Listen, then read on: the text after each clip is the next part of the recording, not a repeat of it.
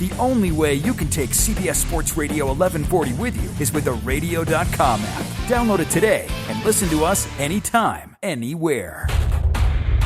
We've got your Raiders covered. Knock on wood if you're with me. It's Silver and Black Today on CBS Sports Radio 1140. And now, here's your host, Scott Gobranson. Good Sunday morning, Raider Nation. Welcome back to the Silver and Black Today here on CBS Sports Radio, where Scott always forgets to turn on his mic. In our new, larger studios, you can see, again, we're streaming live on video as well, so you can check us out on YouTube, Facebook, Periscope, wherever you prefer. Yes, wherever you prefer. But we got lots to talk about today, including today's game between the Raiders and the Titans. A big one, obviously, must win, as they all are at this point, basically. So we'll have to check that out. We'll also talk a lot about other subjects related to the Raiders, Derek Carr, but just a quick rundown on what we have coming up for you so you can keep track, so you know when things are coming. This hour, we'll talk to Evan Groat of Silver and Black Pride. We're going to talk to him about the final 4 games of the season and what the Raiders are going to need to do to not only kind of finish the season strong, but even stay in playoff contention, which to me is a long shot at this point. But we'll talk to him about that. We'll talk to him about Derek Carr, as well as how Raider fans should feel about 2019. Then we will go out on the attorney Michael Troiano newsmaker line and talk to Vice Sports correspondent David Hiriart.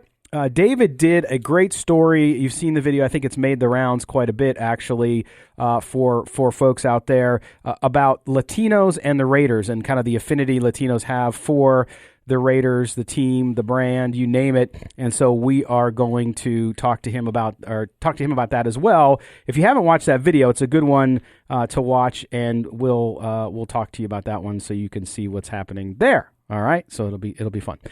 Then we are going to banter amongst ourselves around some of the arguments we have around the current Raiders players, what's going on, and so on. So we'll do that too.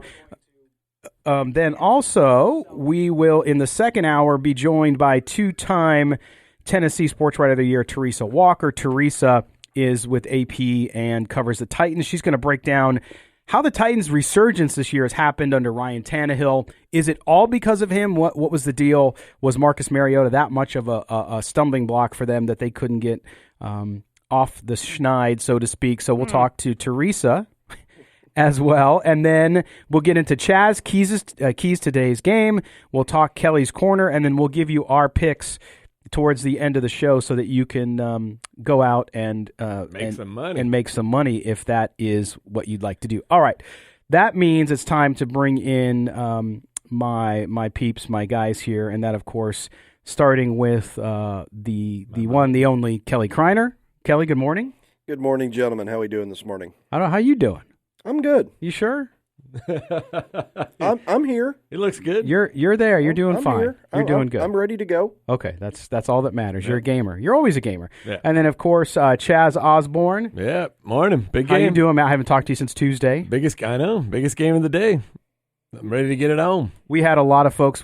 Tuesday's show, Silver and Black Tonight, of course, was fun this week. Chaz and I got a little heated. Yeah. It was. Well, I didn't realize that Derek Carr conversation was just bigger than the impeachment talks these days. Oh my Everybody's gosh, just I don't know fired about that. about it. But it was good. I mean, we had good conversation. We say heated. We weren't heated at each other. We were heated about the subject, which I thought was pretty cool. So that was fun. And if you don't listen to the Tuesday night show, make sure you do. Again, that is Silver and Black Tonight, 6 to 7 p.m. most hours. This week, Chaz, we go 4:30 to 5:30. Wow! Due to an early basketball, so you can listen to us on your drive home, which is kind of cool. Perfect, right? Yeah. You could listen to us before on your drive home, but if you're an early, a lot of people in Las Vegas get out of work about 4:30 for some reason. I don't know. It feels like rush hour traffic goes from about 2 till 8 o'clock at night. It does. So we're going to we'll be on there as well. We don't have traffic out here though. It's not. Yeah, no, not compared to others. When people complain I moved about here from traffic, LA, and I thought, hey, LA is the worst. It takes you an hour just to go like 3 miles. Now here, just trying to drive past that strip every time. Doesn't matter what time of the day it is. It's packed over there. It is. And a reminder, we are streaming video. You can check us out on our YouTube channel. If you go over there, subscribe, but don't just subscribe, hit notifications. That's what really matters because that's how you find out that we're on. Also up on Periscope for both the radio station here, Sports Radio 1140, and on our Silver Black Today handle as well. So you can come in the studio, our bigger studio, guys. We moved next door. So I guess we're doing something right because they're giving us some elbow room. Moving up, like George and Wheezy. And I think they might have been worried because for Kelly, I think Chaz was getting a little fresh, right, Kelly? The more space between us, I'm a bigger fan of this. I think it was an HR issue, probably. Yeah, so we're in the studio here at CBS Sports Radio 1140, and we are enjoying the room. All right, guys, so news this morning, of course, we heard all week about Josh Jacobs. First of all, last week we found out, not a surprise, that he had actually hurt his shoulder significantly, but he's been playing through it. It tells you the kind of kid he is, the kind of player he is, that he's been able to continue to do what he's done despite the injury. So every week he's been listed as questionable, and then about Friday they list him to healthy or probable. Today they're telling us it's a game time decision. And here's my question to you guys: if Josh Jacobs isn't in the game, do they have a shot today? No. Nope. Yeah, he's the offense right now, and everything's going through him, right? Which is kind of what it should do. But yeah, without him out there, Tennessee runs away with this. Well, I think. You talk about the balance. You got to have good balance. If you don't have a good running game, it's key in this league. And then we're going to see Derek Henry today. He's pretty much the engine that makes that team go. So if you want a perfect example of good balance, this is the team we're playing. It's pretty much a mirror image team, I think, right? They had their troubles at the beginning of the season, and they've kind of righted the ship, and now the Raiders are kind of going the other way. So it's really going to be interesting to see which team kind of brings it today. And so if one team's going the other way, is that still a mirror image, Jazz? Well, it's the same exact thing. It's just flipped over. So I don't know if you've ever been on the other side of the mirror. It's not pretty. Oh boy! All right. Well, so guys, that's what injury. Of course, the Raiders significant. And that's the one thing that we don't talk a lot about, or at least people don't talk about with how the Raiders are. I mean, at 6-6, I think they've had a good season for where they at. Again, I bet the under at 6.5 games. They're right there. I'm probably going to lose that bet. Maybe we'll talk about that a little bit later because I said to you on Tuesday night, Chaz, that I think they're going to win one more game. Right. So I still lose my bet. But I got 3 more. You got 3 more. And Kelly's right in the middle. I bet you Kelly's going to say none. No, I mean I think they have a chance to win all 4 of these. They have a chance to lose all 4 of these. The way this team's going. That's a good way to put it. Nothing will surprise me these last 4 games. I wish I would have been on the show on Tuesday when you guys were discussing that, because if you really look into it, like the Vegas number was 6.5. But that was also with Andrew Luck being a Colt. It was also not expecting the Bears to have a backup in London. Right. It's like, so there's been several things that have kind of fallen in the favor of the Raiders to get to those 6 wins. So you kind of wonder, like, yeah, they're 2 games better than they were last year, but are they? Or is it just the schedule falling their way? And they factored in Marcus Mariota was supposed to be playing today, and now we got to face Ryan Tannehill. I'm looking at the injury report now. It says Trent Brown out, Renfro obviously out, Kyle Wilbur. Josh Jacobs questionable, Markel Lee questionable. So we'll see how that plays out. I'm guessing 100% Josh Jacobs plays. I mean, there's nothing to tell us he won't. He's been doing it all season. I was going to say, that's the thing. And he's done it. He's done it the whole year, so you expect him to. Yeah, you do. But at the same time, I think this time might be a little different, Chaz, only because never have we gone this late where they said it was a game time decision. And we never said game time and he never decision. showed anything on social media before like that. Correct. So that kind of shows you maybe it's starting to linger and it's getting a little worse. And right, because even if the Raiders were to win out, they still could not make they might not make the playoffs. The way things are stacking up in the AFC. Okay, so even in a perfect world and they win 4 in a row, which the way the offense has been, I don't think is possible. But anyway. Even if they did, it's tough. So then just for the sake of argument, you win 1-2 more games, you're 8-8. Great, good season. Do you wanna put that much load on your run, the key to your offense, as Kelly said, right, and risk him getting even more injured? Yeah, no, I agree. We, the wear and tear is starting to build up on everybody, and he's obviously the future of the team. So do you sit him now? And I got high aspirations for the team next year.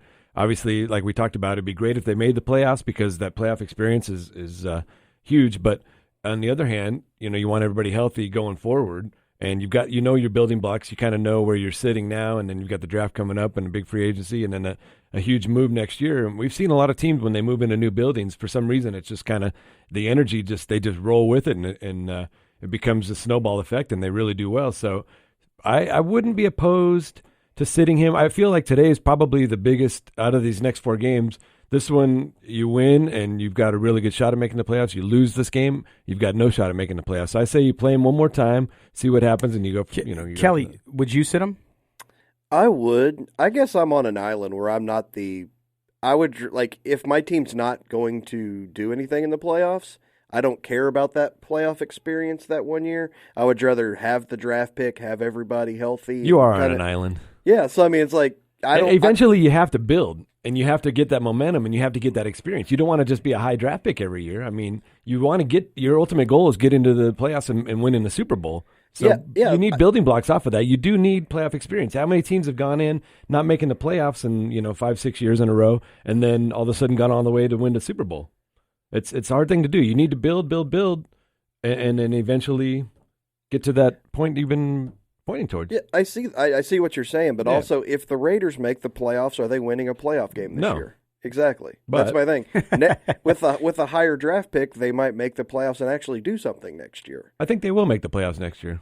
But if they make it this year, they see the intensity level. When they do make it again next year, they'll know that much more. They'll be that much more ahead of the game. And all right. Well, you're right. I mean, it's a quandary. All right. Well, we are up against the first break, guys. When we come back, we're going to talk to Evan Groat from Silver and Black Pride. What does he think? What does he think about Parker starting on the right side today? Will Derek Carr survive the day? We'll see. But you are listening to the Silver and Black today here on CBS Sports Radio. Don't go anywhere.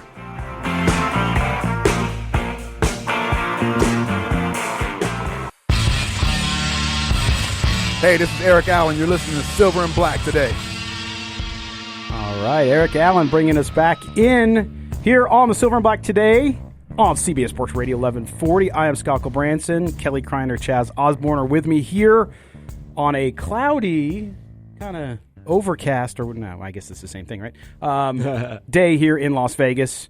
It's so funny to see NFR is in town, the National Finals Rodeo, which is like the Super Bowl of rodeos. Cowboys everywhere. It's a huge, but then there's also like this time of the year, a lot of folks come over from Europe, and we love you guys coming over and making sure we don't have state income tax, so thank you for that. But I was behind this guy yesterday. We were out with the family, and he's wearing like shorts and a T-shirt and like shoes with no socks, and it's pretty cold and windy out. And I'm thinking to myself, dude, you got to just check the weather report. I mean, it's not that hard. But anyway, that's they're from like Poland. I was out Friday night, and there was I was playing with some Ukrainian people at the Bellagio. Playing with? Hey, cards. Gotcha. But and there was cowboy hats and boots walking all everywhere. Crazy town to be here. It is. And we are now we're gonna go out to a warmer part of the country. No, I'm just kidding. We're gonna go out to Buffalo now and bring in Silver and Black Pride staff writer and also the host of Just Pod Baby podcast, Raiders podcast. It's a good one. If you don't have it on your Raiders download list, make sure you do it. Yep. But we're going to bring in now our good friend Evan Groat. Evan, man, how's it going out there? You guys covered in snow? You had to go there, didn't you? You had to rub it in a little bit. Yeah, it's we're actually expecting a bunch of snow here this week on Wednesday, so I got the snow blower all ready to go. Wow. That's good, man. Well, we continue to shovel sunshine, so we feel for you. But nonetheless, let's talk Raider football, man. Okay, so we look at 2019. You know, we're coming up on these last 4 games, I should say, last 2 at home in Oakland ever. You know, this season, we were talking before the break that, look, Vegas had the Raiders at 6.5 wins. I actually bet the under because I thought they were going to go 6-10. And now here they are at 6-6, 4 to go. How should Raider fans feel overall? There's been ups and there's been downs. I said it all along: 2 steps forward, 1 step back, or 1 step forward, 2 steps back. How should Raider fans overall feel in your view? Yeah, I'm with you. Going into the season, I felt like, on paper this team looked improved, but I still saw a lot of weaknesses, a lot of new players, a lot of young players. I felt there would be some growing pains. So I felt to get to the 5 or 6 win mark would have been, a pretty successful season. So in my eyes, to be at that 6 win mark right now, to be playing meaningful games, in December, being in the playoff hunt, I think that's all you can ask for, really, as a Raiders fan, especially when you think about the types of seasons that we've endured over the last couple of years. Hey, Evan, it's Chaz. I really enjoy your stock watch you do there every week. Let me ask you this. You think it's constructive for the nation to evaluate Derek Carr on a week-to-week basis, or would it be more practical to wait till the end of the season? That is a great question. That's the question that everybody wants to know the answer to. He is one of the most polarizing. Well, he is the most polarizing Raider in my lifetime, at least. And I think that, he does sometimes unfairly get criticized for things that maybe aren't always his fault. But I think overall, when you're evaluating Carr, you want to look at the big picture. Mm-hmm. I think you want to wait till the season's over. Because let's think about it. If he can somehow string together 4 great games here, the Raiders get into the playoffs, the narrative totally gets changed. So to me, you have to evaluate on the big picture, and I know a lot of people want to continue to evaluate him weekly, but I just think sometimes that's a little bit unfair. Yep. Again, we're talking to Evan Grote from Silver and Black Pride, also the Just Pod Baby podcast. Make sure you download it wherever you get your podcast. Evan, we talk about Derek Carr. It's been, again, after the last several weeks where the offense has sputtered, he's been a major point of conversation, not only within Raider Nation, but also nationally. And you talked about maybe him being the most polarizing Raider in your lifetime. What is it about Derek Carr that makes him so polarizing? I mean, it's like listening to the American political landscape but on the Raider Nation level, when you talk about Derek Carr, because you don't find a lot of people in the middle. You find people who think he's not going to make it and he's terrible and they should move on, and then you think people who think he walks on water, that he can't do anything wrong. What is it about him? I think it's the talent that we know that he has. I mean, we all remember what he did in that magical 2016 season, and we are just all waiting for him to show us that Derek Carr again. And it just hasn't been able to happen. I think the issue for Carr in his 6 years as a Raider has been the inconsistencies. And I think this season in particular has given us a very good snapshot of his career as a whole. We've seen him do some very good things this year. I think he's had some really good moments, like during the 3-game win streak. He played very well. During that 3-game win streak, he averaged 266 yards passing a game, 4 touchdowns to just 1 interception. I mean, we saw him engineering fourth quarter comebacks. That's everything you want to see from your franchise quarterback. But then, on the other hand, we've seen, the last 2 weeks where the team was outscored 74-12. He averaged only 174 yards passing, 1 touchdown to 3 interceptions, 2 of which I don't need to remind you guys were returned for a pick six. So again, to me, the issues with Carr has always gone back to the inconsistencies. And again, we just want to see that 2016 version of Derek Carr. Hey, Evan, it's Kelly. We've seen that the Raiders are bringing, Deshaun Kaiser's now the number 2.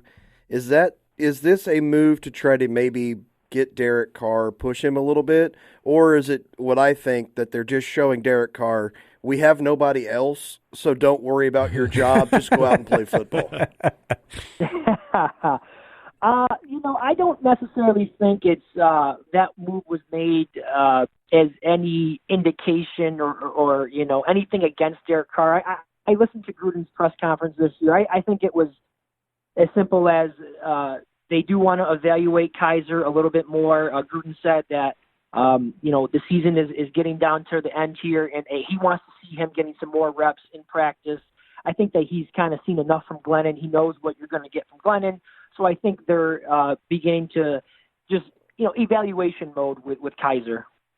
Yeah, that's interesting, and it's hard to know, right? I mean, you'd like to think that they're just doing it from a perspective of, hey, let's light a fire. And Kelly, you're right. I mean, it doesn't matter whether or not Kaiser is an actual threat to his job. Just by making the move, in my view, perhaps it just makes Carr pay attention a little more and do that. Now, the one thing, Evan, that's very difficult for Raiders fans that I've come to know since I've been covering the team, and that is patience is not something that they're big into right now, because it's been a good 20 years since this team has been consistently good.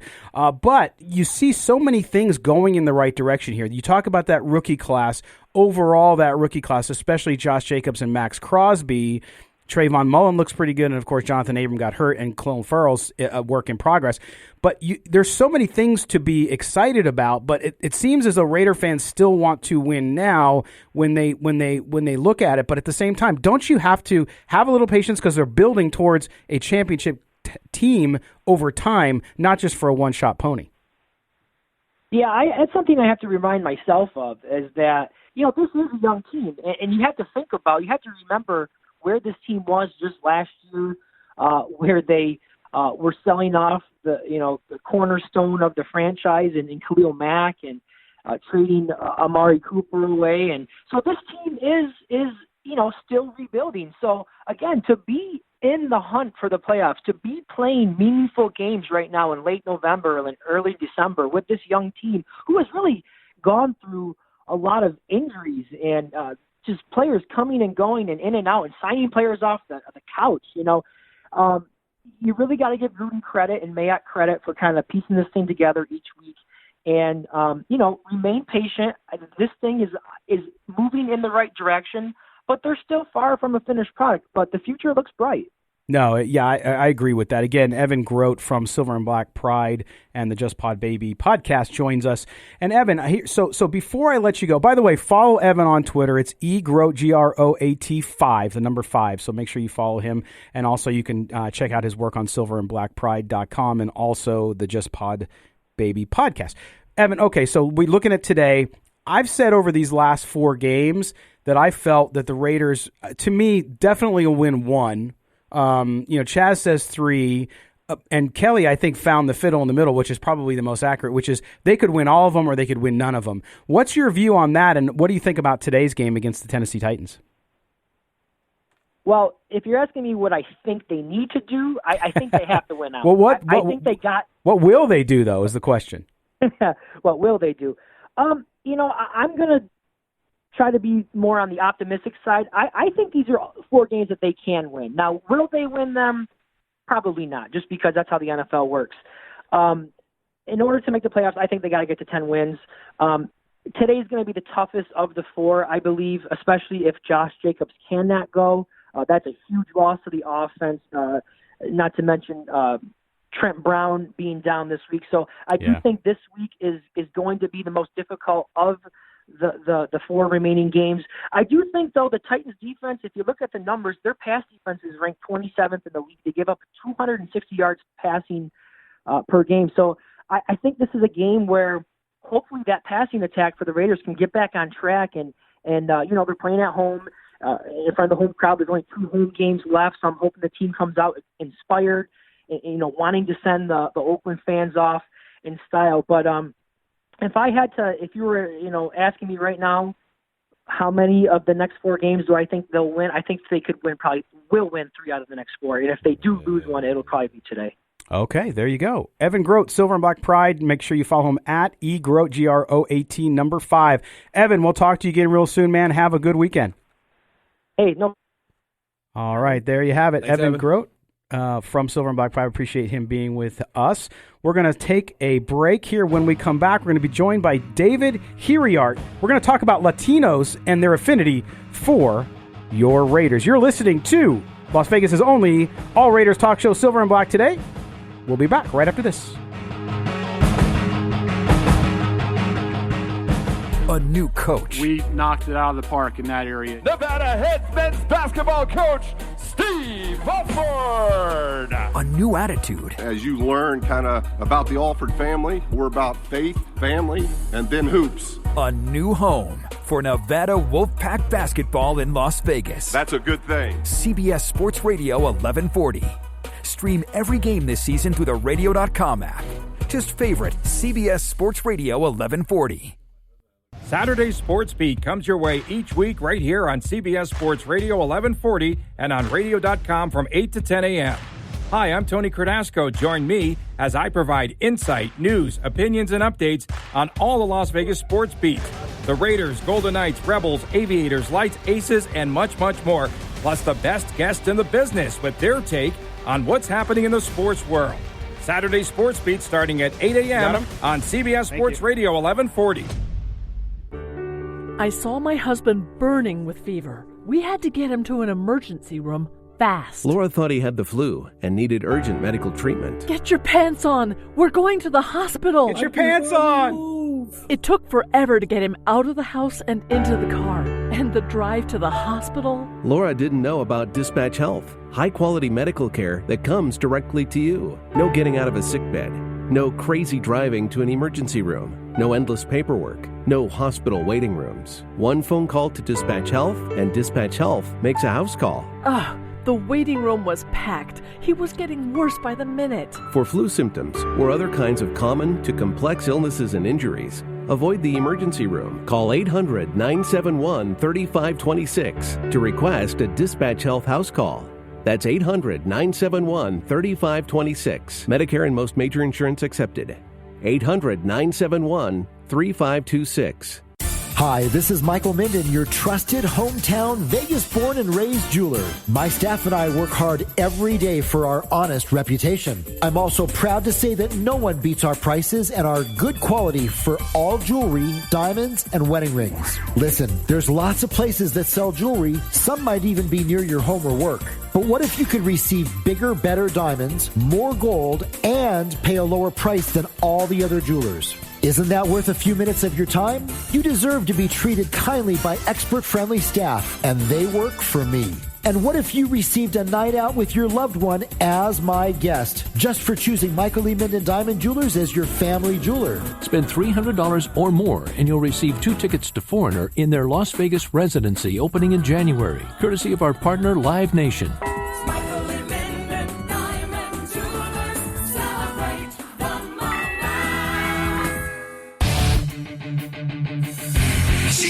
Sports Radio. The only way to take Silver and Black today with you is with the radio.com app. Download it today and search CBS Sports Radio 1140 in Las Vegas and listen to us anytime, anywhere. Oh, yeah, we're bringing it. Kelly and Chaz are laughing because I keep forgetting to. In this bigger studio, my microphone on switch is a further away. It's out of my. I don't have like Patrick Ewing's wingspan, so I can't hit the. Whatever you the have button. to tell yourself, buddy. Whatever you have to Patrick tell Ewing. yourself. Hi, tough audience. Oh, hey, I get no respect at all. Okay, we are now going to switch topics a little bit. And I'm fascinated by this because I've actually thought about it many, many times. And then I'm going through the web earlier in the week, and I see this video from Vice Sports. Yeah. From a gentleman by the name of David Hiriart.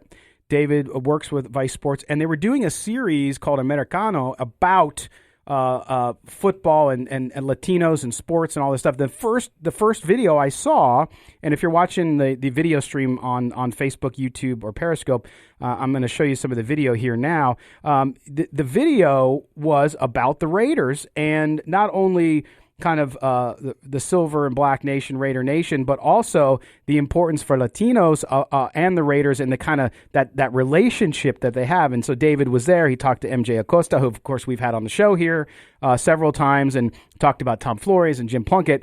But it was just fascinating. So I wanted to bring David on to talk about it because it's such a cool subject to talk about, especially when it comes to the Raiders, who, of course, moving here to Las Vegas, where we have a big Latino population. And so we bring in now, we go out on the attorney Michael Troiano Newsline. We bring in Vice Sports David Hiriart. David, thanks for joining us here on the Silver and Black today. Hey, guys, thanks for having me. All right, so let's jump right in. You know, I look at your series, your Americano series, and you're talking, and you're in Oakland. First of all, when you look at this series, talk a little bit first about the Americano series and what you're doing to kind of highlight Latino culture here in the United States. Definitely. So this idea kind of came about. It's a collaboration between Vice and the NFL Films. And what we kind of wanted to do was show the sport in a little bit of a different light. It's not really well known, or it's not talked about a lot, how much Latinos, first of all, are like fans of the sport, but also like participate in many of the levels of the sport. So we kind of wanted to focus on that, do a whole series on that. And obviously, like, the first step was going to be, we kind of like knew from the get-go that it was going to be the Raiders, right? Like, there's just like so much there, and it's just, yeah, you think of the Raiders, you think of, like, Chicano culture, you think of, like, just, like, the close associate, Tom Flores, Jim Plunkett. Like, there's a bunch of stuff there that kind of, like, overlaps with the Latino community, so that we thought that would be the best place to start. Yeah, no doubt about it. And let's talk first about, I think we'll start I want to ask you one question in general, because you brought it up, and I think it's significant, and that is the Latino following amongst the NFL. Now, of course, the Raiders, because of California and its Latino population, and of course the Western United States, and then of course LA and how significant that was for Latinos getting behind the Raiders and when they moved to Los Angeles. But overall, the NFL, what does the NFL landscape look like when it comes to Latino fans? So, first of all, like, for example, one of the largest markets for football outside of the NFL, for the NFL outside of the U.S. is Mexico. Mm-hmm. It's actually like an odd bunch of countries. It's like Mexico, and then it's England, Germany, and then Canada, I believe. But, for example, in Mexico alone, there's 17 million football fans, which is like the population of Canada. Wow. So it's I think it's from there. Hard numbers I don't have on the top of my head of like how many Hispanic followers there are in the U.S. But for example, I do know the fact that like out of every 10 Raiders fans, 3 of them claim Hispanic heritage. Yeah, I remember you said that in the video. 1 in 3 Raiders fans is Latino. Right. Yeah, exactly. So you can kind of see that there's like a really like strong bond. There's a really strong relationship between the Raiders and the Latino fan base. And in general, like a lot of the comments that we've received since we've published that first video is like, oh, you should like, and like things that kind of like sound a little bit out of left field, at least for like someone who's like a casual fan like myself. It's like, oh, you should come to Minnesota and see like the Latino Vikings and or like the Latino Buffalo Bills. And I was like, oh, I didn't know that, that was a thing. Well, no, and that's the point. I mean, again, we're talking to David Hiriart from Vice Sports about his Americano series, and particularly his video about the Raiders and their link to Latinos, the Latino fan base overall. And David, when I looked and I watched your story too, one of the things that struck me was the affinity. Now, of course, some of it's geographical. You talked about people from Minnesota, Buffalo, Kansas City, wherever they're from, and being Latino American football fans. But what is it about the Raiders, specifically the brand, the culture, that you found? What is it that attracts Latinos so much to the silver and black? I think, first of all, it was, as you mentioned earlier, like the move to LA and winning the Super Bowl in LA with Tom Flores. Like, I think like that's an affinity. And I think like that's a tradition that continues, right? I met with like intergenerational fans, like father and son, or like grandfather, father and son, group of fans. And they kind of just like, first of all, it started like a tradition. And secondly, you talk to the kids, and the kids like see they see the last names, they see the Hernandezes, and they just like feel related to the team. Right. And they, and so it's that. It's like the fact that I was talking to one fan, and it's like, yeah, it was in LA. We didn't really have a football team, and then suddenly the Raiders come, and then they win, and they have all these things, and it's just like that's when the bond is sealed, Mm-hmm. So I think it's somewhere around this. I think it's like a personal experience for a lot, and then that just kind of like gestates and becomes something that roots into a tradition. Hey, David, it's Chaz. I love the Vice. I love all the Vice programming. Talk about that marriage. How did that come together for you and doing this series on Vice? Well, the thing was, the interest was to do like more of a human story and more of like kind of like what we do, right? We're more interested, not so much in like the hard stats like you guys might be. We're more interested in like what are like the sacrifices that athletes have to put in. What are the crazy things that fans do?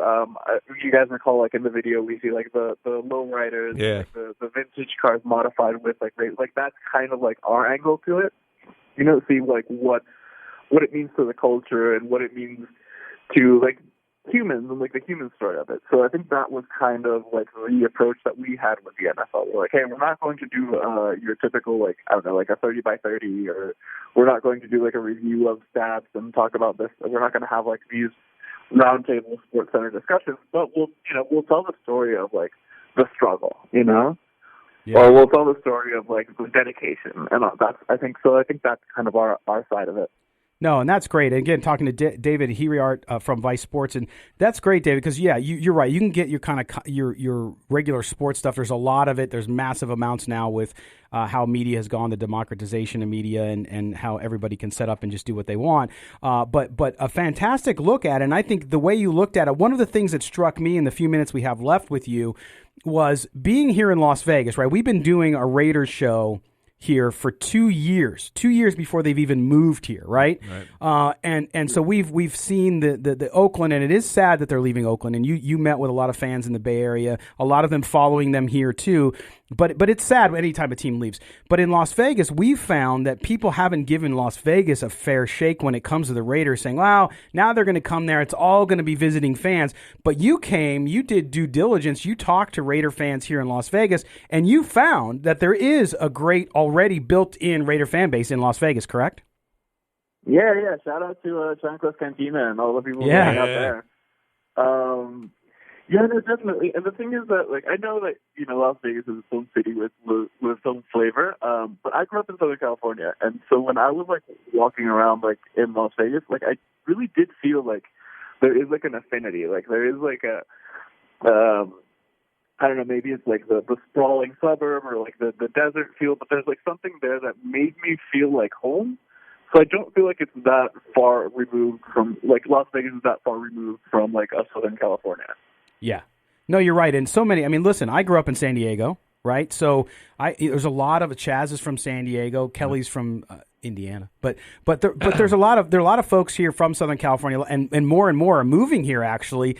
And it's crazy because we encounter folks who say they're moving here because the Raiders are coming here, and because it's, I mean, listen, when you look at California, as beautiful and as awesome as California, I loved growing up there. It's really expensive. You can come to Las Vegas. The cost of living is better. And now that the Raiders are coming, it's almost like people are finding a reason to do that, and mirror their love for the team with where they're going to live. Now, when you look at the Raiders too overall, and coming to Las Vegas and that Latino fan base here, is that younger generation too. You did great reports in your video there with talking about the generational, including talking to the young woman at the tailgate and talking about the different music.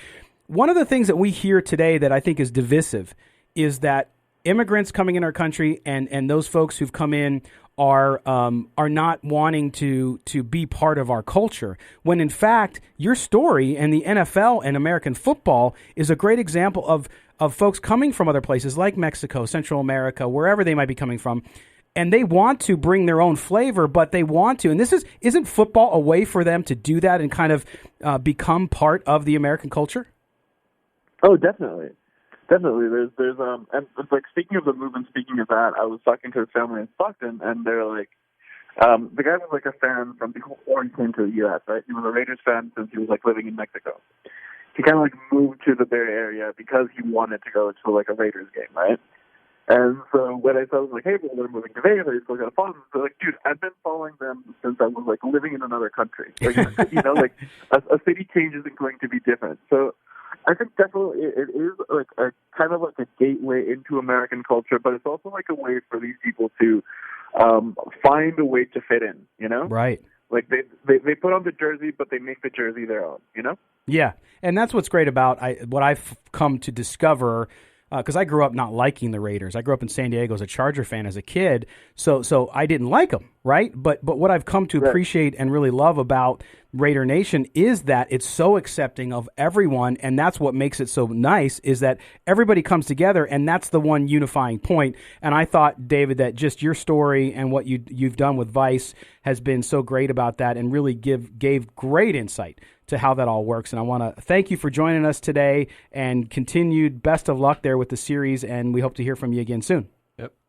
Thank you. Thank you for having me on. Yeah. Thanks, David. All right. David Hiriart there from Vice Sports. We appreciate that. And just a fascinating thing, guys. I mean, you look at the video. I invite you to go watch it. We'll link it again later. But that's all. Yeah, it was a good one. You got to spend some time there. All right. Well, we're up on a break. When we come back, we're going to talk a little bit more about the Raiders.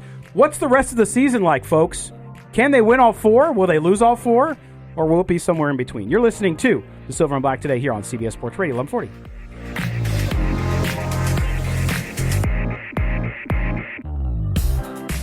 When you need inside info on your Raiders, you'll find it right here. Raiders defensive line coach Brenson Buckner. You know, we're not trying to be the best pass rushers we can be. We're not trying to be the best run stoppers we can be. We're trying to be the best football players we can be. With your Walker Furniture Raiders Daily, I'm Mark Thomas. The Silver and Black met with... My favorite thing about our team is our Madden ratings are really low, but we're pretty good at football. Knock on wood if you're with me. Raider Nation rallies with us. CBS Sports Radio 1140. This is Silver and Black Today, live on CBS Sports Radio 1140. Live, booming in your eardrums, baby. That's right. Yeah. We're back. We're talking Raiders football. And by the way, that interview with David Hiriart from Vice Sports, I love that. It was awesome, exploring Latino culture affinity for the Raiders. David's great. You know, I love all the flavors that make up Raider Nation. That's why it's so special, you know? You're a flavors guy. Hey. No, but listen, the interview was awesome, and I got to tell you now, radio.com, you guys know a lot of you listen to us live on radio.com because you're either outside Las Vegas. We have a lot of listeners up in the Bay Area. We have listeners here in Las Vegas who might be on the go or at work, and so they listen to us on the radio.com app, which if you go on there and search CBS Sports Radio 1140, you can find all of our programming. Now, through the magic of technology, they have a new feature called Rewind. So for 24 hours now, after the show has started, you can rewind the show and listen to portions of it. It goes by time, everything. So it's awesome. It's like a DVR for your online audio. Yes. For Silver and Black today. We have we have a DVR function basically for the audio. So if you missed the interview, if you just joined us, you just hopped in the car, you just got out of the shower, you got back from the donut shop. Ooh. And you missed the interview with David Hiriart, that's okay. Just rewind it right there in the app. Anyway, check it out. It's very, very cool. Okay. It's Scott.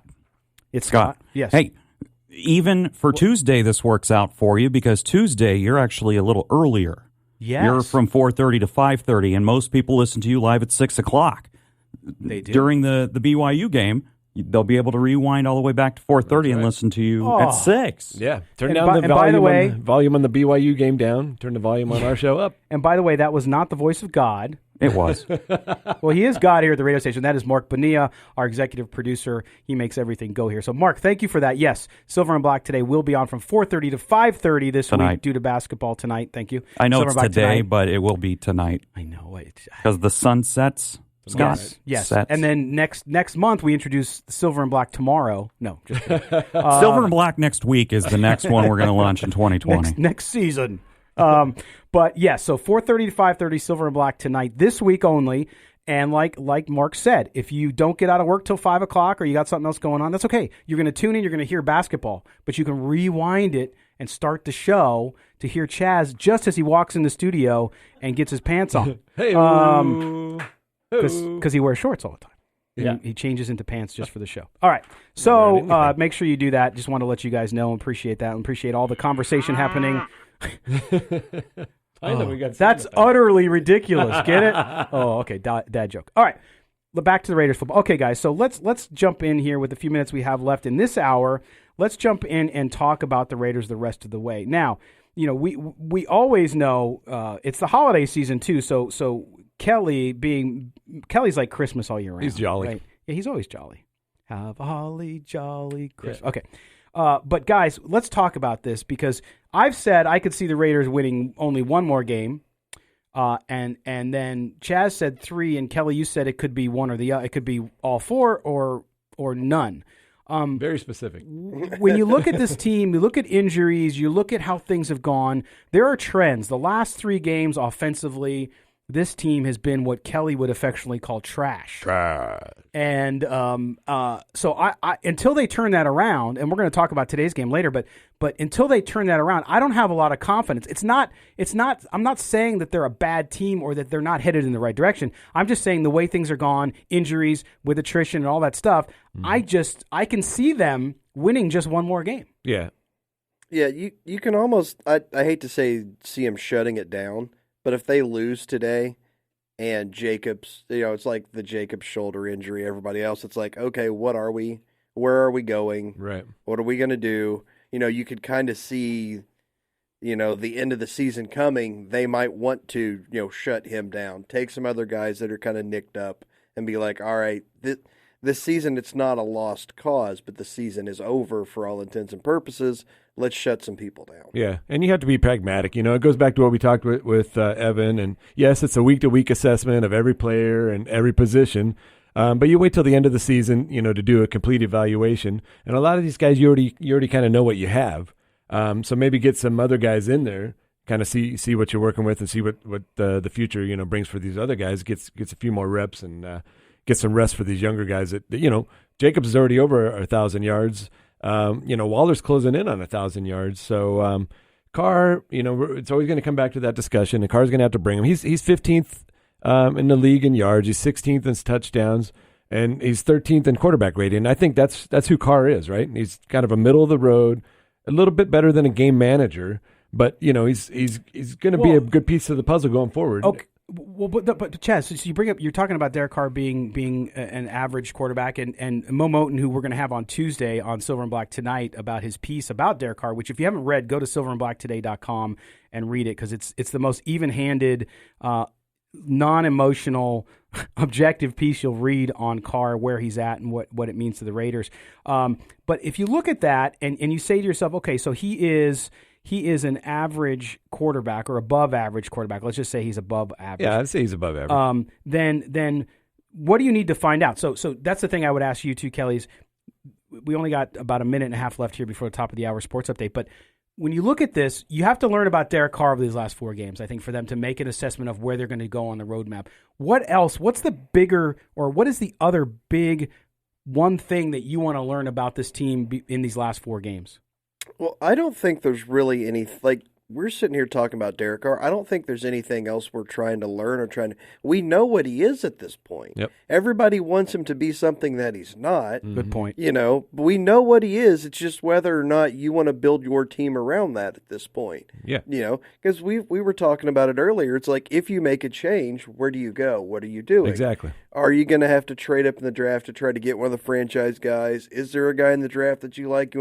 But then you're basically starting yet another rebuild. Right. That's always my argument too. My allegiance is to the Raiders. I love Derek Carr, but if you can give me a better option, then I'm always all in for an upgrade, right? But who are we talking about? Like we were discussing it earlier, Andy Dalton or Nick Foles or Cam Newton. Is there Kelly's the draft expert? He thinks there's not going to be anyone in the draft, but when we get down to our spots, so not in that spot. I mean, there's some people who talk about names, and I just think they're full of it. But you can get there. I mean.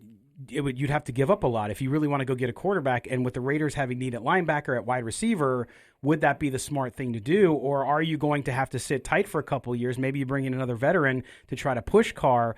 But I think that's part of the quandary that they're in. They have to figure it out. Mm-hmm. And I don't necessarily think that if you go a young quarterback route that it means you're rebuilding, right? If it's a top 5 quarterback, which they have no opportunity to get right now.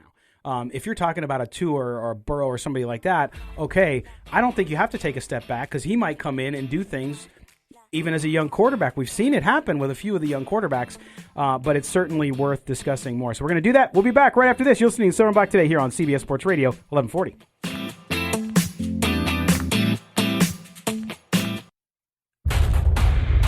We've got your Raiders covered. Knock on wood if you're with me.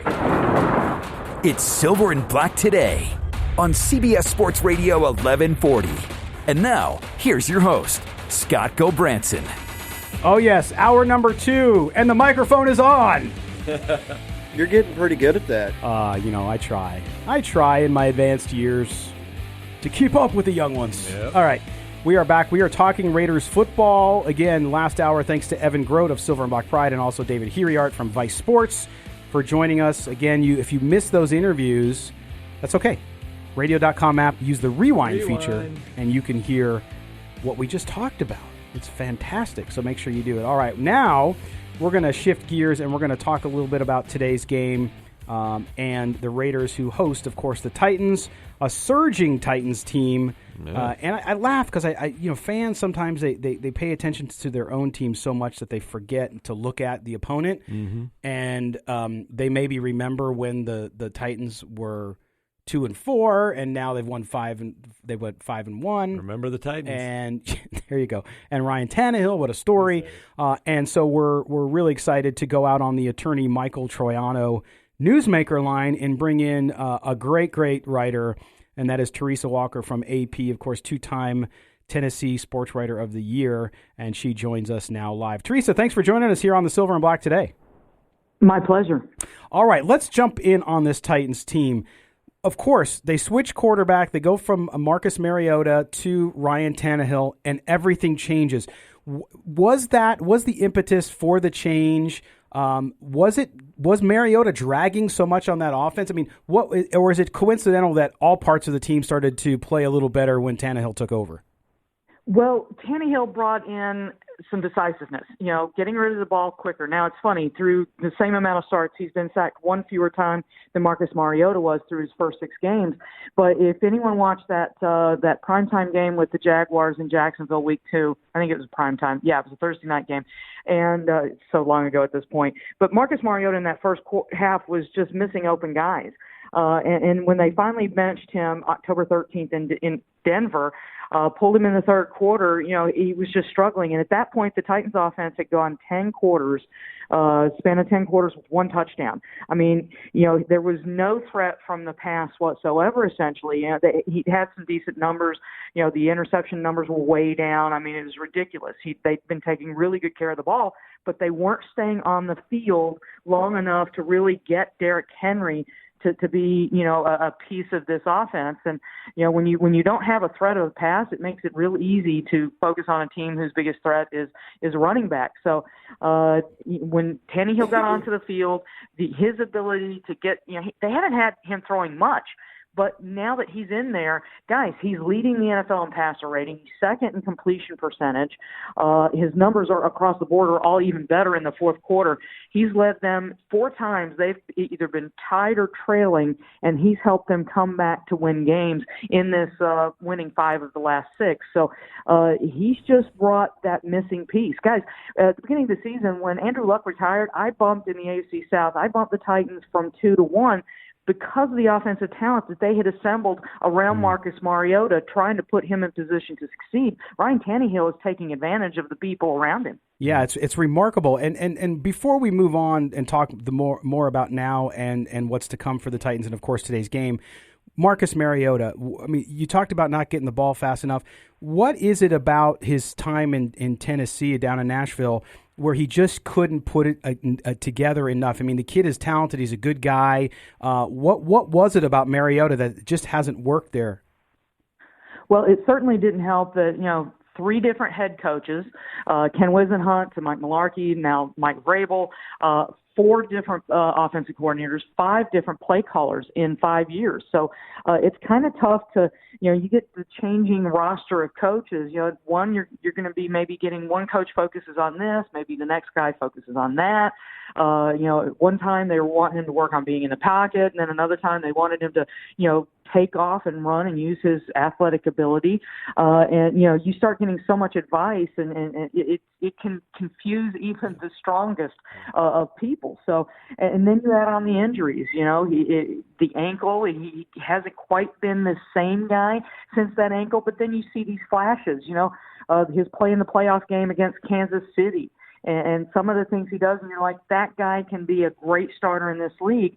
And then there's times where he can't, hit an open receiver. So, maybe it's going to be, he's had time to watch Tannehill, a guy who, let's face it, Miami gave up on Ryan Tannehill in March, and we're so happy to get rid of him to the Titans. They're paying about $5 million of his salary this year and taking an $18.4 million cap hit. Well, the Titans, they're going to get out from under Marcus Mariota when free agency starts in March with nothing left on the books for next year. And that's going to, so hopefully he goes to a place that will suit him with a, coach who can put him in position to take advantage of his skills. I still think he can be a starter in this league. Hopefully he gets the right situation. All right, we're talking to Teresa Walker, Associated Press NFL writer. She covers the Titans as well as college football, basketball, you name it. Hey, Teresa, it's Kelly. You mentioned the contract to where they got Tannehill, they got the 1 year, they're not even paying the bulk of it. Do you think that they have seen enough to maybe talk extension? Are the next 4 games big for him, or is he just going to be a straight franchise tag guy, 1 full year in the system, and then decide? Well, if you see another 4 games and he leads into the playoffs and then something happens there, let's face it, at this point, the Titans have got, I think the number right now is maybe 23 guys on this roster in the final year of their deal. So if you start talking Tannehill, guess what? You're suddenly going to have a lot of agents saying, hey, what about my guy? And guess what? Derek Henry is right behind them in that list. Right tackle Jack Conklin, Dennis Kelly, who's been a huge offensive lineman, filling in for him. So Logan Ryan, who is starting, and, he's putting together a Pro Bowl opportunity for this season. So he's in the final year of his deal. So I really don't expect the Titans and GM John Robinson to start talking deals until really February. But guess what? The franchise tag's a lot of money. The smart thoughts here in Nashville is that maybe you go ahead and do a 4-year deal, and John Robinson's been pretty great at doing like a 4-year deal that's on paper 6 years, but the money is all in the first 4 years. So, at this point, you've seen enough to think he can be your guy, but it never hurts to have another 4 games. It's the NFL, and things happen in December, and let's face it, Ryan Tannehill is a guy that, if I'm not wrong here, his next playoff game will be his first. So he has a lot that he needs still to show the Titans. And because guess what? Teams are now seeing Tannehill in this offense, what the Titans are doing with him, and they're going to start trying to do some things to stop him. And, let's see if he can continue this. And if he does, the franchise tag, that's an awful lot of money. A longer contract, 4 years, certainly seems to make a lot of sense for Ryan Tannehill and for the Titans. Really don't see them letting him get to the start of free agency and not under contract. Right. Hey, Teresa, it's Chaz. Let's put Ryan Tannehill aside for a second, talk about the rest of the team. In your opinion, who or what has been the biggest difference in this midseason turnaround for the Titans? Well, with Tannehill, obviously Derek Henry right up front. I mean, over the last 3 games, particularly 496 yards rushing. Mm-hmm. Over his last 16 games, guys, 1,725 yards rushing. Wow. That would be the most in the NFL in that span of 16 games. So, and if you watched him run last December, if he can do that again this year, well, the league rushing title is certainly in reach because he's just been climbing the charts over the last weeks. But the key was, with that change to Tannehill, they've been staying on the field longer. And, the one game that they lost in Carolina, it was kind of absurd. Derek Henry only got a couple of carries in that first half. And us who covered the team and fans were like, what are you doing? That was you've got him, use him. Mm-hmm. And guess what? When you stay on the field longer, you can get into that playbook. And we've seen the creativity, first-year offensive coordinator Arthur Smith. We really saw it last week, and the week before that with the Jaguars. You stay on the field longer, and Derek Henry gives them that opportunity by getting yards on first and second down. Then you can start doing some more things. And, in this 6-7 week span, guess what? They're scoring more points than anybody in the NFL except for the Ravens. So, it's a combination that's working well. Tannehill's not having to do much, and Derek Henry is showing he is more than happy to carry the load. Yeah, it's remarkable, the turnaround for all the reasons you said. Of course, the defense is playing better as well.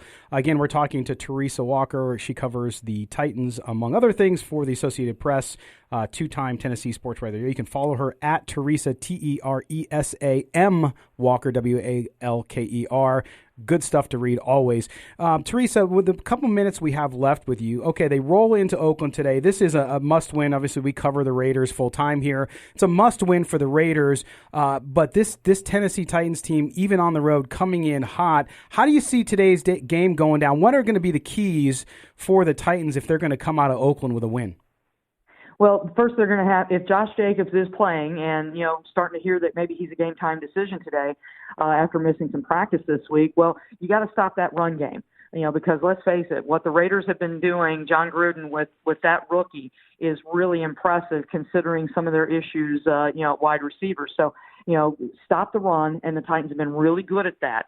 I saw a stat, I think, for PFF earlier today that, they kind of, since 2016 or 17, they lead the league in, the fewest, big gashes in the run game. So, and they've been really good at that this year. So they shut down the Colts last week, third best rushing team in the NFL last week, shut them down, held them below 100. So shut that down, but get Derrick Henry running. And here's the thing, guys, this is a team, this is the game that in recent years, that they would absolutely gack us up. It would be a Raiders win. We'll find out an awful lot about this Tennessee team today by how they handle business in Mike Vrabel's second year.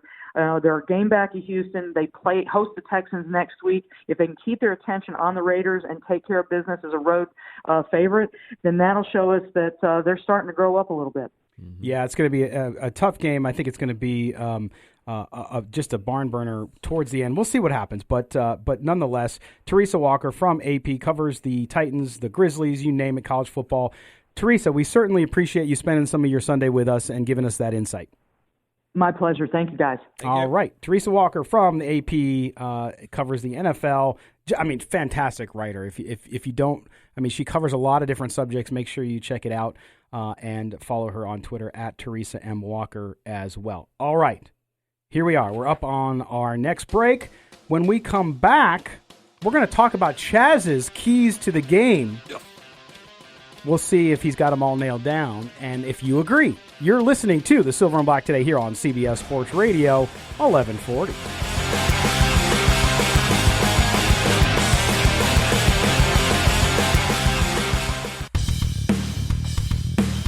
Hey, this is Rodney Hudson. You're listening to Silver and Black today.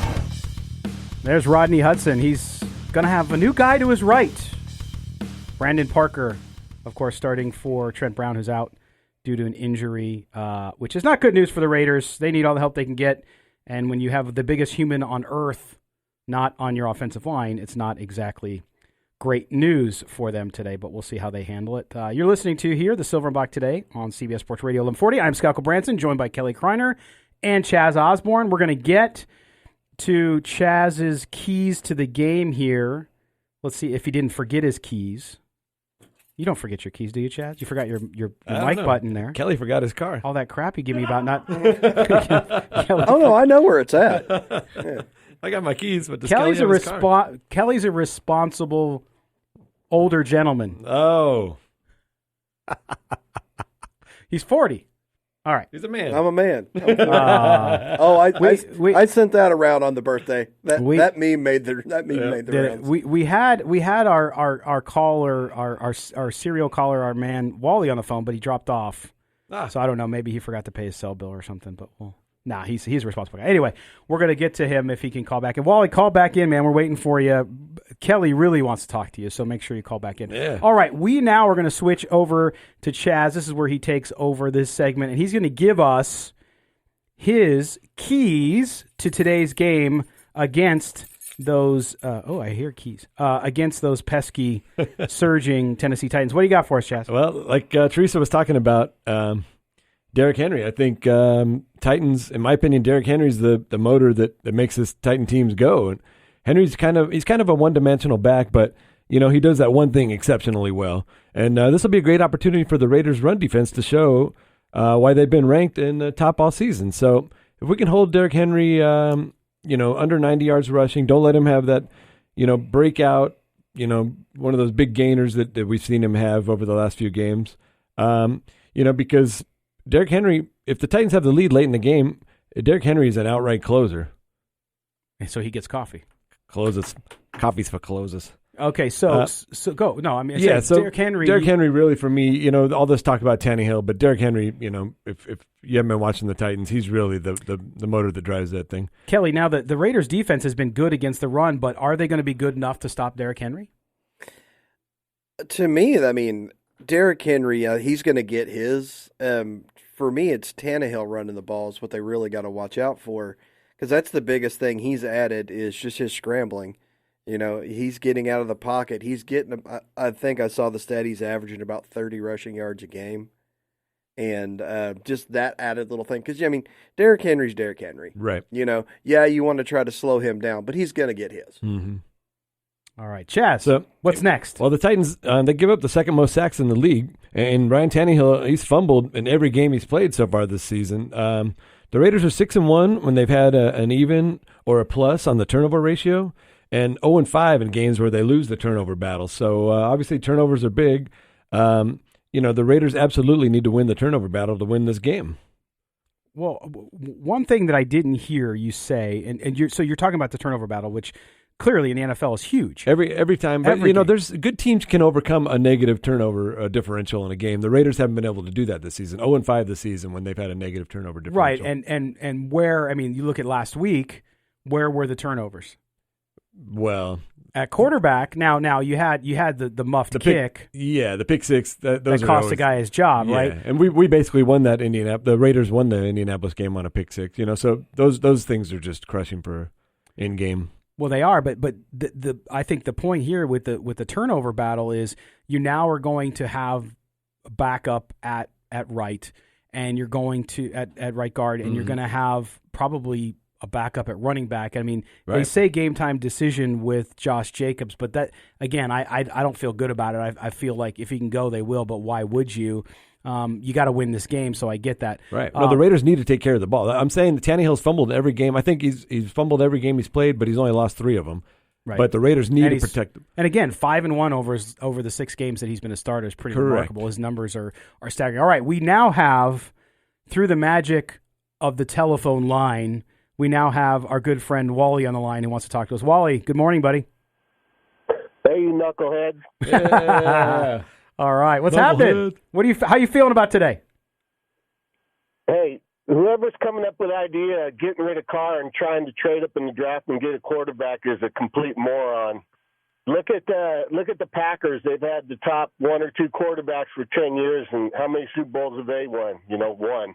Mm-hmm. No, you build the team, man. We won 2 Super Bowls with Plunkett. Carr is fine at quarterback. No, and Wally, I think your opinion and the way you express that is exactly how I would say 50 or 60% of Raider Nation feels. Like I said earlier, it's there's no in between. It's either people don't like Carr and they think the Raiders have to move on, or they're like you and they say, hey, look, that's the least of our problems. We have other things we need to deal with. Right. So I think it's fair, and I think it expresses what a lot of people think. But I do think, I will say this, Wally, I do think after the last 3 games, you have to see Carr kind of correct again. You need to see him come back on, because he had that stretch where he was doing so well, and then all of a sudden things went a little bit south. Now, they got to win at home against Tennessee today, and for them to do that, he's got to be able to lead that offense. Mm-hmm. Yeah, if he gets behind by 14 points, I don't know.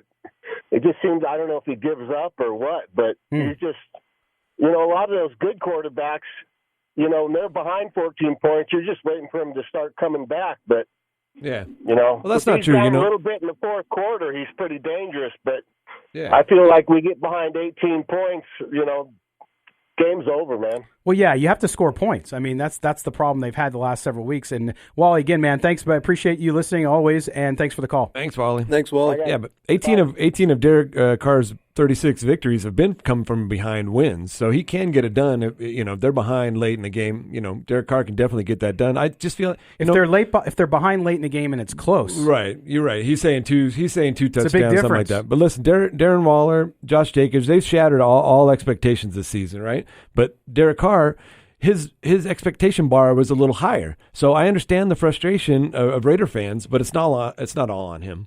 No, of course it's not all on him. Look, Kelly, they have so many holes that if they were a boat, they would have already sunk. I mean, and it's a testament to the players, the rookie class, the coaching to a certain degree, that they've had these little spurts where they've played better than anticipated. Yeah, I mean, and that's the thing. They're 6-6. They're a 500 team, right? And I just think that's what Derek Carr is. Right. He's the leader of a 500 team. I was on Team Carr all year. I'm the one that said they should keep Carr. I'm at the point now to where I think you just see that this is, like I said, I don't see him elevating everybody around him. I don't see him being the guy that's going to lead you to a 12-4 season again.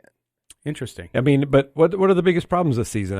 What's the biggest Achilles heel for the Raiders? The penalties, finishing drives with points. That's on Carr. The secondary. A lot of the problems for the Raiders are fixable. And so those are the kind of things you go through the season. You see, what you got, and these things are fixable, and I think the Raiders are going to be able to do that. Yeah, I just think though there are times in a game where you need a player from a leadership standpoint with a talent level to step up, right? Because something's not going like you thought it would.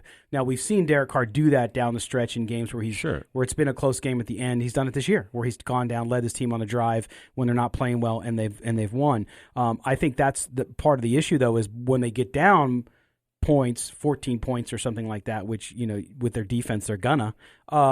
It's hard for them to come back. They don't have a vertical offense at this point. Right. And Al Davis, I'm sure, is up there looking down and saying, what the heck are you guys doing? We don't have a vertical offense. But they do have the running game, and the running game's going. That's fine. Yep. But there's so many things. By the way, breaking news. LSU has leapfrogged Ohio State and become number one in the college playoffs. So Ohio State number 2. All that lobbying worked. Well, I think they had a more dominating performance, but that's just me. But guys, I mean, you look at the rest of this team and how it goes, and Chaz, what else in this game are they going to have to do to beat Tennessee? They just need to play a 60-minute clean game. Keep Derek Carr's jersey clean up the penalties, and clean Derrick Henry's clock. Wow, there you go. See, it's one of those deals. Yeah. Clean his clock. I love it. And I get all the crap for the bad jokes. Kelly didn't like my boat analogy. No. I didn't say anything about the boat analogy. Kelly's not easily amused.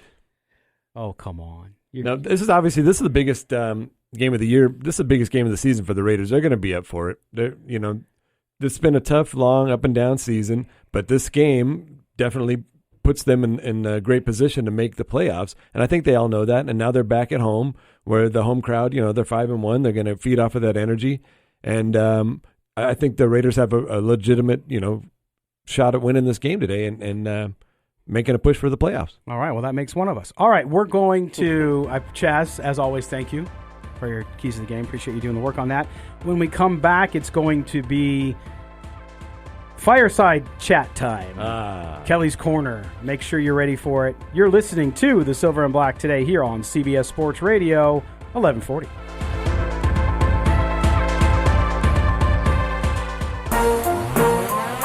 You found the most in-depth coverage of the Silver and Black. This is Silver and Black Today, live on CBS Sports Radio 1140. Here's your host, Scott Gobranson. Welcome back to the Silver and Black today here on CBS Sports Radio 1140. Between the velvet lies, there's a truth as hard as steel. And here's our guy. He's hard too. Kelly Kriner with Kelly's Corner. And we don't spell it with a K. Oh. What? Mark is not sure. Okay, not sure where that came from, but all right. Oh my goodness, I love it. All right, I see we're still working out. Kelly, what do you got? I mean, dude, what's so Kelly's Corner? Of course, Kelly picks a subject at random. Does not have to be sports related. Today it is, but lay it on us, man. Yeah, today I'm just going to talk about how in all those NFL circles between certain front offices, certain commentators and everything, the whole idea about running backs are pretty polarizing from one group to the other. Some teams want that Zeke Elliott that can just pound the rock all the time and you give up anything for him. Others would rather kind of piece a kind of running back by committee, try to, find some pieces here and there to throw them together. Well, the Chiefs-Raiders game was Exhibit A, why a lot of teams don't want to spend a first-round pick on a running back. Jacobs had a really good game on Sunday. And then the second half came to where he was completely useless in the game because of the game script. You can't pound the ball when you're down 17. He was completely taken out of that game. A game he was having a really good game in. Yeah. He was running all over the place. 100 yards. But that's why, like to your point though, that's why balance, and that's where the quarterback comes in. Like you don't have to be Patrick Mahomes, but you're gonna you have to have a quarterback who can get you back in the game so you can go to your greatest weapon, which at this point is Josh Jacobs. Yeah, but Scott, you made a good point on the Tuesday night show. Why don't they use Jacobs more in the passing game? We've said that all year. That's my biggest question. I don't understand it. Let's be honest. If Washington and Richard were not on the roster and you just grabbed two guys out of this draft, I think you would actually improve that backfield because they're nice players, but they're like people will tell you running backs in general are just replaceable. You can always find another running back. For the Raiders, Richard and Washington to me are completely replaceable and easily done. And I'd kind of like to see it because, you get a little bit of pop in the passing game. I want Jacobs touching the ball 25 times. And granted, with the shoulder injury, that's part of the reason why. I think that's part of the reason why he's not doing it as much. Right. But they've, you need that guy to be your 3-down back if that's how you're going to build your offense. No, there's no doubt about it. But I also think, that to keep your team in the game, you have to have the balance on offense. And yes, they don't have the wide receivers that they need to have to be a winning playoff team, in my view, clearly. But when I see people say, well, Derek Carr doesn't have wide receivers, and that's why he hasn't been able to pass, bull. Because earlier in the season they were there, and he had the same group, and it was working. Mm-hmm. So, again, you have to look at it. And to your point earlier, Chaz, you said, with Carr, if they're close or they can go take the lead. Well, there's been times when they've been able to – there's been close or been behind and started to generate offense and weren't able to complete it. So that's where personnel comes in, right, Kelly and Chaz? You just don't have the bodies yet to get that full balance, and that includes – maybe quarterback, that includes running back, because you do. Yeah, you need total team. If Isaiah Crowell was there, would they be in a better spot? I don't know. And if you're going back to the point was the first round pick. If you're spending a first round pick, it's a premium pick. You need to go premium position to where in the third round, the odds of you finding a third round running back that actually does something are a lot higher than finding a third round corner, a third round tackle, a third round defensive end. Right.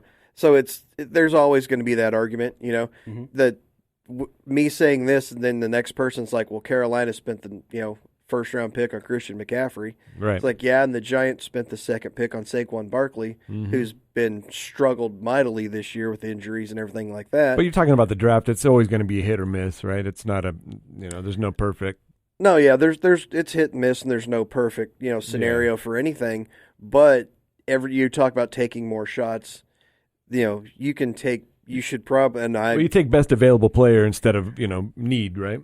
Well, that's the whole thing. Josh, Daniel Jeremiah had Jacobs as the 5th best player in this draft. I had him as the number one. He was my number one running back on my thing. So, he was at that time may have been the best player, but sometimes, it's like you have to value position over player. Yeah.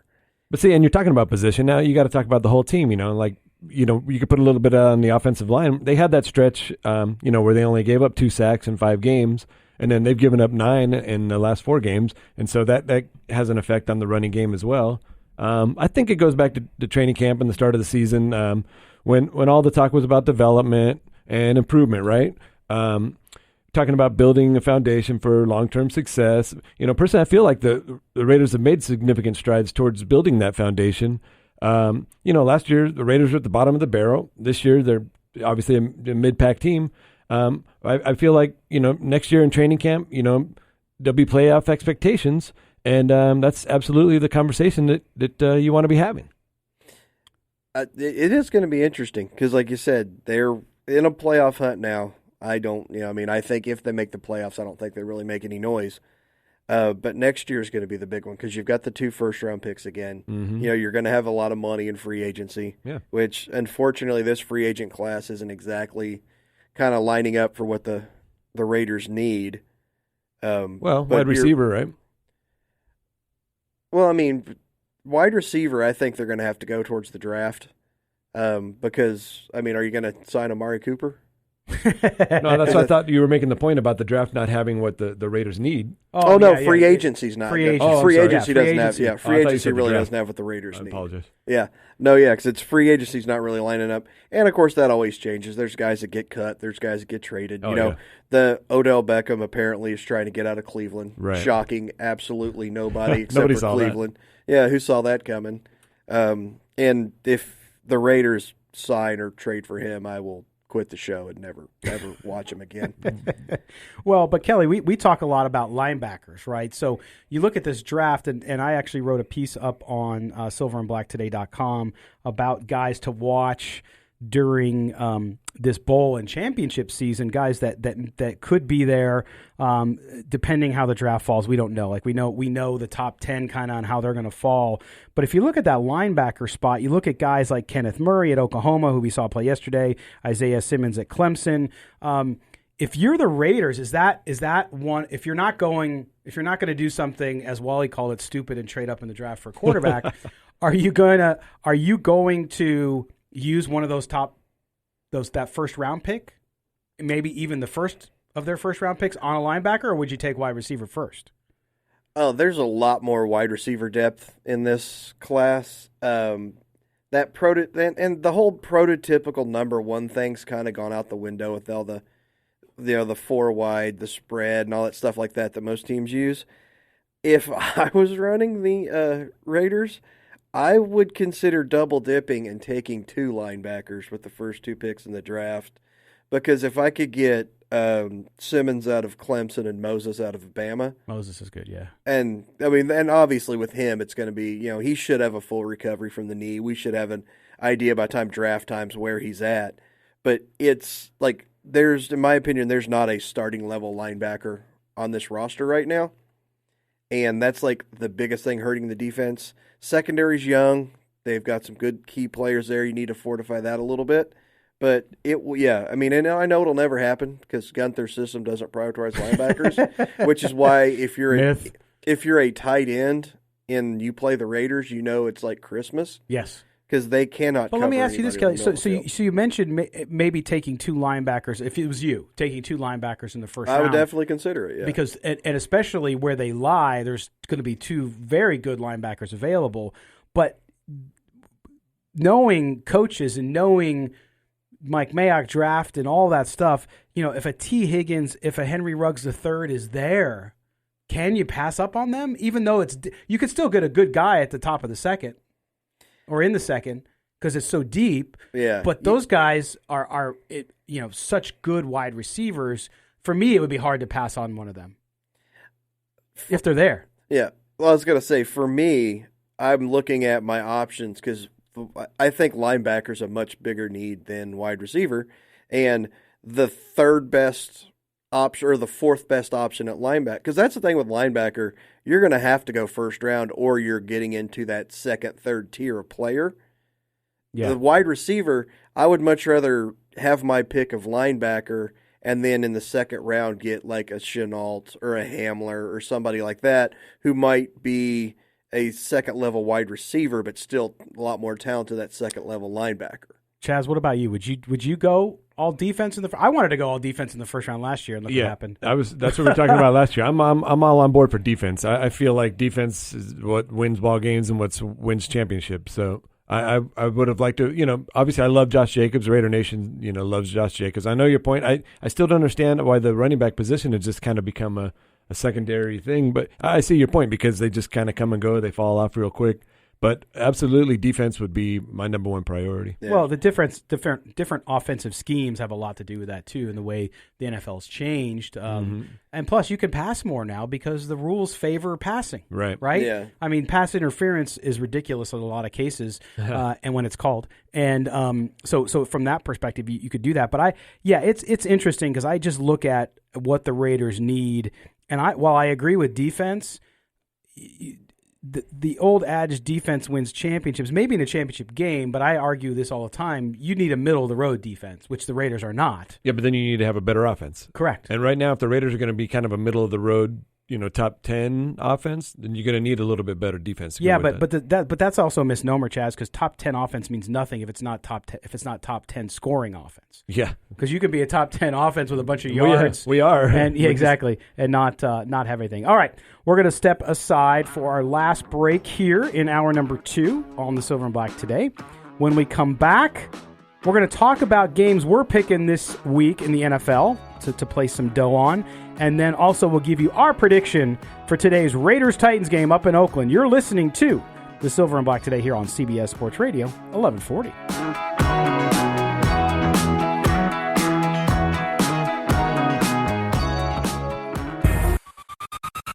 This is Silver and Black Today, live on CBS Sports Radio 1140.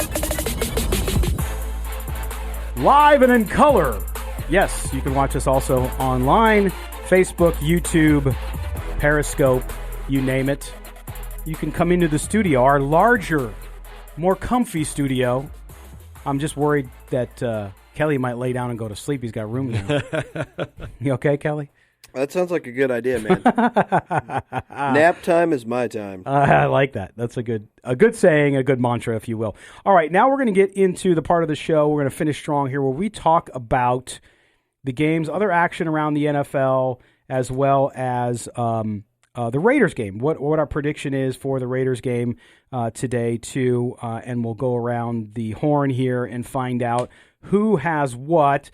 By far, and I have not kept diligent. Oh, my gosh. Due diligence. You said it earlier. It was great. No, but I haven't kept diligent track of our record over the year. No, I haven't either. We've kind of just but there are people out there who do because somebody mentioned you, Chaz, and your record. What? Yeah, no. Somebody tweeted about Somebody's betting my bets? Somebody asked about all these people on the radio don't know what they're talking about when it comes to betting, and he said, well, Chaz over at Silver Black today has gone like 16-7 or something like that. I don't know. Wow. So not bad. Somebody's paying attention. Okay, that's good. Somebody actually listens to you. That's great. And they're making money. You should feel good about it. I do. I like that. Well, if they're betting with you, maybe they're now going to bet with you, and maybe you start going they south. got on too late. Now I'm going down. Yeah, that's always what happens. All right, so we're going to start with Chaz since you're Mr. Big Shot. Wow, the man. Lay it on us, man. Well, I liked Carolina Panthers at 2.5, and then they fired the coach, which is usually one of my betting angles, and the game went up to 3.5, so now I got Carolina plus 3.5. You like yourself some Carolina. Well, I have been on Carolina all year, and they've been paying off for me pretty well. And then this, the coach angle just seems like 60% of the time it works every time. And then this is the time of the year. The games are always pretty close this time of year, and there's a lot of big spreads out there today. So I've got all of them, but I'm gonna give the Redskins plus 13.5 up in Green Bay today. But, there's a big one. The Denver's a big spread. The Lions are a big spread. So you have Carolina. I got Carolina plus 3.5 and the Redskins plus 13. Wow. We'll start keeping diligent now that we know. All dogs today. All right, Kelly, what do you got, bud? Well, Chaz mostly is a dog player, though. So that really doesn't surprise me at all. I just can't do Cincinnati. I can't. That's a tough one. Buffalo plus 6 at home against Baltimore. Buffalo's getting disrespect. Yep. Everybody. They are. If they don't have a punt blocked against the Patriots game and they're 10-2, right, there's no way they're a 6-point dog at home in this game. That's right. And that